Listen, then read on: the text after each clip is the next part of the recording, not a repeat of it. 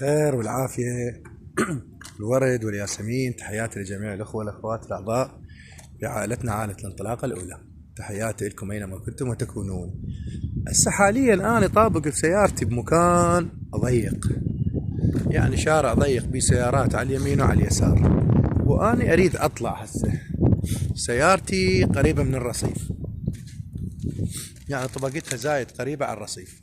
أنا مو سيارتي مو الزرقاء اللي بعدها، فأريد أطلع.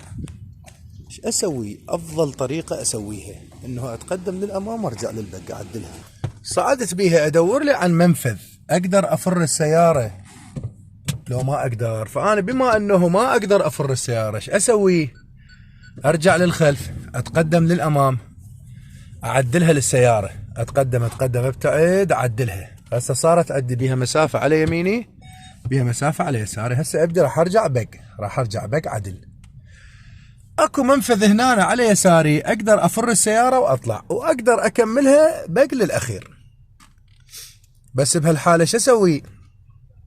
راح ارجع بق، يعني اشوف انه الاسهل ايه ارجع بق، الاسهل ايه ارجع بق، لان يعني اكو سيارات على يمين وعلى يساري، يعني اقدر افرها. انا بس كمبتدئ لا، راح اقضيها كلها رجوع بق للاخير. هاي اكو سيارة تريد تطبق انتظرها تكمل. وانا ليش قلت لكم اتعلموا البق بشوارع عامة؟ يعني من تتعلمون ترجعون السيارة عدل انتم بعد تضبطوها ما عندكم. الشيء هسه انا متعلم ارجعها عدل. هسه حاليا دا ارجع السيارة بصورة صحيحة، وعلى كيف شوية شوية دا استغل. ماكو سيارات جاية، دا باوع على المري، ماكو سيارات جاية. يعني طول ما انا ارجع اباوع على 3 مري، اليسار الامامي اللي على يميني. يعني مو اركز على وحدة واترك السياره خليها ترجع. ليش ما شنو السبب؟